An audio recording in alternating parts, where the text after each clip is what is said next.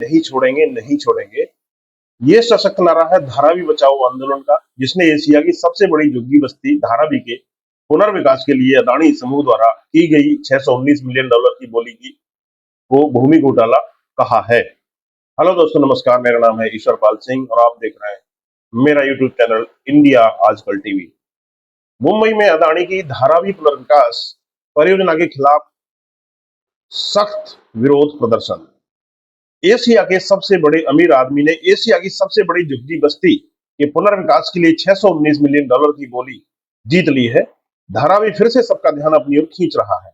अदानी हटाओ धारावी बचाओ के पोस्टर और फ्लैक्स के समुद्र के बीच जन समाए और आंदोलन इस आवाज को नई गति दे रहे हैं। मुंबई कांग्रेस अध्यक्ष और सांसद वर्षा गायकवाड़ का 25 अगस्त 2024 को निवासियों को संबोधित करते हुए एक वीडियो सोशल मीडिया हैंडल और इंस्टाग्राम पर वायरल हो रहा है। अपनी धारावी नहीं देंगे, नहीं देंगे के नारे लगाते हुए लोग एकजुट होकर आत्मसमर्पण न करने के अपने संकल्प में दिखाई दिए, जबकि भूमि अधिग्रहण के मुद्दे बने हुए हैं। आसन्न नगर पालिका चुनाव, जिसके लिए मतदान की तारीखों की अभी कोई घोषणा नहीं हुई है, नए सिरे से विरोध प्रदर्शनों के पीछे कुछ न कुछ कारण जरूर हो सकते हैं। हेलो दोस्तों, नमस्कार। मेरा नाम है ईश्वर पाल सिंह और आप देख रहे हैं मेरा यूट्यूब चैनल इंडिया आजकल टीवी।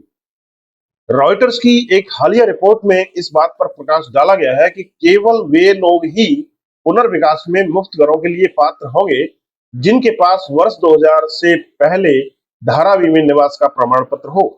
यह संख्या लगभग 3 लाख होने का अनुमान है। अनुमानित 7 लाख निवासी जिन्हें अपात्र माना गया है, उन्हें जाहिर तौर पर कहीं और स्थानांतरित किया जाएगा, लेकिन सवाल यह है कि कहां।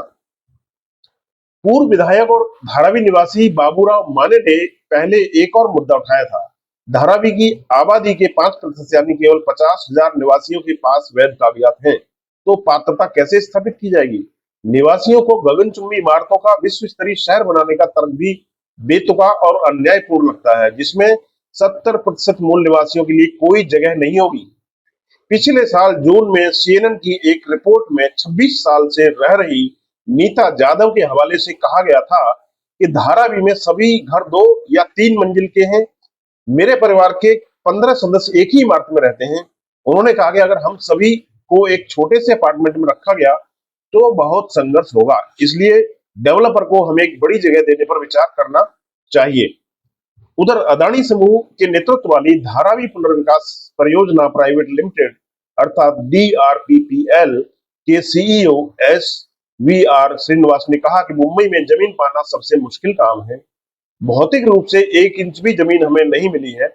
धारावी के निवासी इस दावे का विरोध करते हैं। उनका मानना है कि भाजपा सरकार ने पुनर्विकास की आड़ में मुनाफा कमाने के लिए अदानी समूह को जमीन के कीमती टुकड़े सौंप दिए हैं।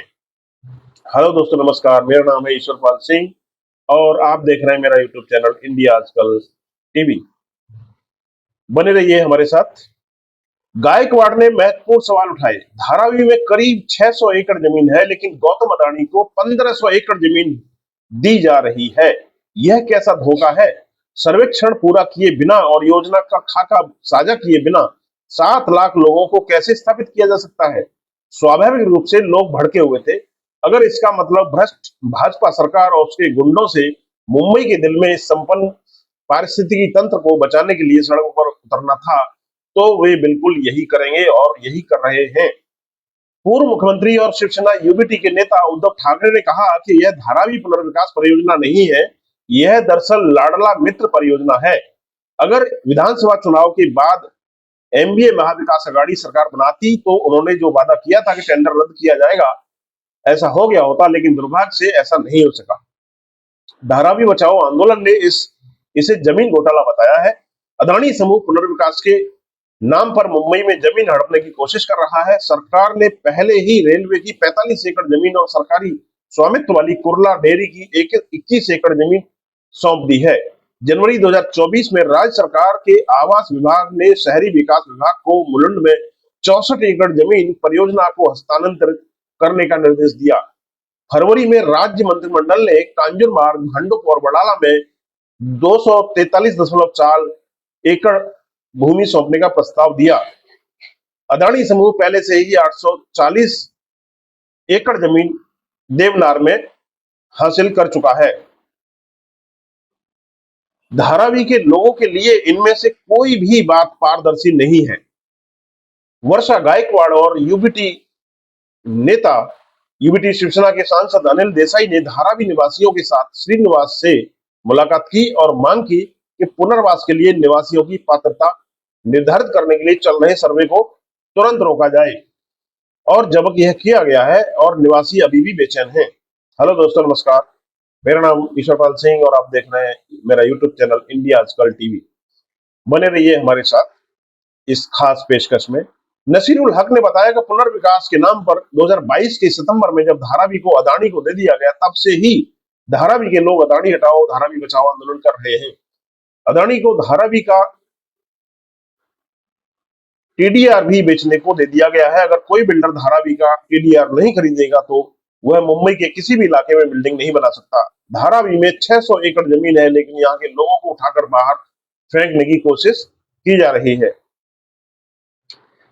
राजेंद्र कोरडे ने कहा कि धारावी ही नहीं, मुलुंड की ओकट्राई और dumping ground, Mithagarh, railway, Kurla, Mother Dairy और मानखुर्द की डंपिंग ग्राउंड की कुल 1200 एकड़ से ज्यादा जमीन अदानी को दी जा रही है। सरकार धारावी को उजाड़कर वहां बीकेसी का एक्सटेंशन बसाना चाहती है, ताकि अदानी को विदेशियों के लिए 5 star hotel, office, international market और बिजनेस सेंटर का निर्माण करके अरबों रुपए का मुनाफा कमाया जा सके। बाबूराव माने जी ने कहा कि धारावी के लोग मुलुंड, कुर्ला, मानखुर्द, विक्रोली और भांडुप नहीं जाना चाहते, वे धारावी में ही रहना चाहते हैं। सागर ने बताया कि मुलुंड में पीएपी के तहत काम चालू है। मुलुंड छोटी जगह है, यहाँ खुद 7,700 झोपड़ियां हैं, वहाँ स्कूल, कॉलेज, अस्पताल और खेल के मैदान की भी जरूरत है। आप नेता संदीप कटके ने कहा कि साइन अस्पताल की जमीन भी एक बिल्डर को दे दी गई है। हेलो दोस्तों, नमस्कार। मेरा नाम है ईश्वरपाल सिंह और आप देख रहे हैं मेरा यूट्यूब चैनल इंडिया आजकल TV. Facebook, Twitter, Google news, Instagram पर हमें फॉलो करें और हमारे आधिकारिक यूट्यूब चैनल और टेलीग्राम चैनल @इंडिया आजकल टीवी से जुड़े, और सभी नए वीडियो के लिए आप नोटिफिकेशन